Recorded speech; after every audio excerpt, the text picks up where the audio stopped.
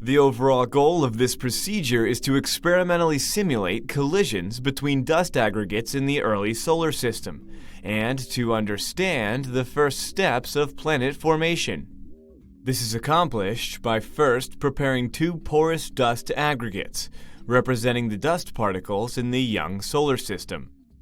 The second step is to insert both dust aggregates into one of the laboratory drop towers, which has been conditioned to generate a collision between the dust aggregates under microgravity conditions. Next, the experiment is performed and high-speed cameras record the collision between the two dust aggregates.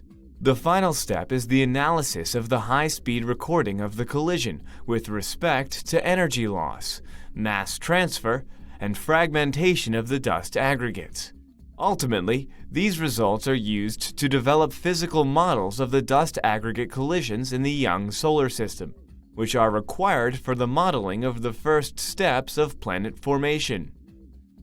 This method can help answer key questions in the field of planet formation, such as the outcome of collisions of the building blocks of planets. We first had the idea for this method when we are looking for means to carry out a large number of very low velocity collisions between fragile dust aggregates. The main advantage of this technique over existing methods like commercial microgravity facilities is that experiments can be performed more frequently and are cost efficient in the lab. Visual demonstration of this method is critical as the sample preparation steps are difficult to learn because the prepared samples are very fragile.